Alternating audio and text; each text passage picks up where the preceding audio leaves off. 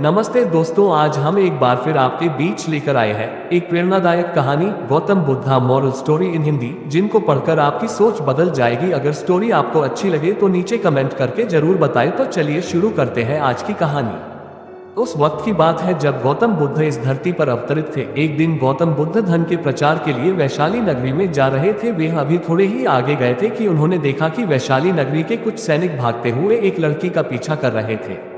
वह लड़की बहुत ही डरी हुई थी। वो एक कुएं के पास जाकर खड़ी हो गई और हौंफने लगी। उसे प्यास लगी थी तो उसे पानी पीना था। भगवान बुद्ध ये सब देख रहे थे। फिर उन्होंने उस बालिका को अपने पास बुलाया और कहा कि तुम उस कुएं से पानी निकालो और स्वयं भी पियो और हमें भी पिलाओ। उतनी ही देर में वो सैनिक वहां पहुंच गए। भगवान बुद्ध ने अपने हाथ के संकेत से उस सैनिकों से रुकने को कहा। फिर उस बालिका ने गौतम बुद्ध को कहा कि महाराज, मैं तो अछूत हूँ, मैं इस कुएं से पानी निकालूंगी तो जल दूषित हो जाएगा, मैं आपको कैसे पानी पिला सकती हूँ। भगवान बुद्ध ने उसे फिर से कहा, बैठी, मुझे बहुत जोर की प्यास लगी है, पहले तुम मुझे पानी पिलाओ।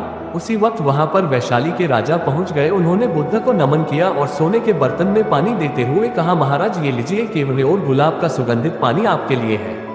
लेकिन बुद्ध ने उस पानी को लेने से इनकार कर दिया और कहा कि हम इस बालिका से पानी पिएंगे। राजा थोड़ी देर वहां रुक गए। बुद्ध ने फिर से उस बालिका से अपनी बात दोहराई। फिर बालिका से रहा नहीं गया और इस बार साहस बटोरकर उसने कुएं से पानी निकाला। फिर पानी स्वयं भी पिया और बुद्ध को भी पिलाया। फिर पानी पीने के बाद बुद्ध ने बालिका से पूछा, पुत्री, तुम इतनी डरी हुई क्यों है? तुम्हें किससे भय है? फिर बालिका ने पूरी बात बताई कि मुझे राजा के दरबार में गाने का अवसर मिला था। मैंने गीत गाते हुए नृत्य किया, सभा जनों ने खूब आनंद लिया, महाराज को भी बहुत अच्छा लगा। फिर उन्होंने अपनी माला मुझे भेंट की, लेकिन महाराज को किसी ने बताया कि मैं एक अछूत कन्या हूँ। फिर महाराज ने उस कन्या से पूछा कि क्या तुम एक अछूत कन्या है? फिर मैंने बताया कि हाँ, मैं अछूत हूँ। राजा ने ये सुनते ही अपने सैनिकों को आदेश दिया कि इस कन्या को कैद खाने में डाल दो।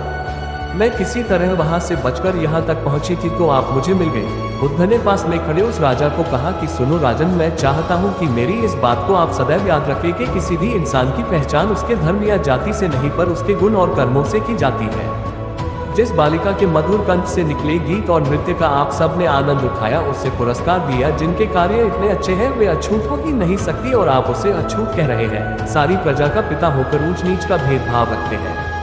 सुनो राजन, यहाँ पर नीची सोच और छोटे कार्य करके अछूत होने का परिचय तो आपने दिया है, इसलिए मेरी नजरों में वह कन्या नहीं बल्कि आप अछूत हैं। वैशाली नरेश को अपने इस कार्य से घृणा होने लगी और बहुत पछतावा हुआ। फिर वह बुद्ध के चरणों में गिर पड़े और क्षमा मांगने लगे और कहा कि आपकी इस बात को मैं सदैव याद रखूंगा। फिर वहां से चले गए। तो दोस्तों, इस कहानी से हमें यही शिक्षा मिलती है कि कोई भी इंसान अपने कार्यों और विचारों से बड़ा बनता है, अपने धर्म या जाति से नहीं।